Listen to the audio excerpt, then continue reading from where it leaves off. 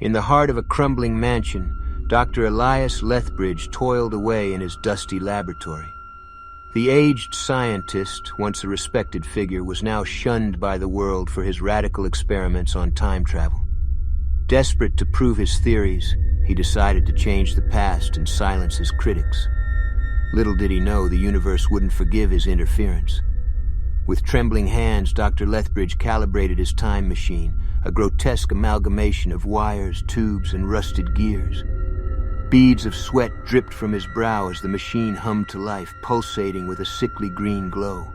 He stepped into the contraption, whispering a silent prayer as he turned the dial. A flash of blinding light consumed him, and when it subsided, he found himself in a world transformed. The once familiar mansion was now an eerie shell of itself, covered in thick vines and crawling with shadows. The air was heavy with the stench of decay, suffocating him with its putrid embrace. Dr. Lethbridge's heart raced as he stumbled through the darkness, searching for any sign of life. He called out, his voice echoing through the forsaken halls, only to be met with the whispers of the damned.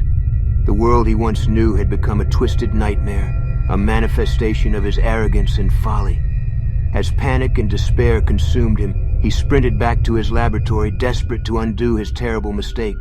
The time machine stood before him, an ominous testament to his hubris. He dialed back the years, praying that he could return to the past and set things right.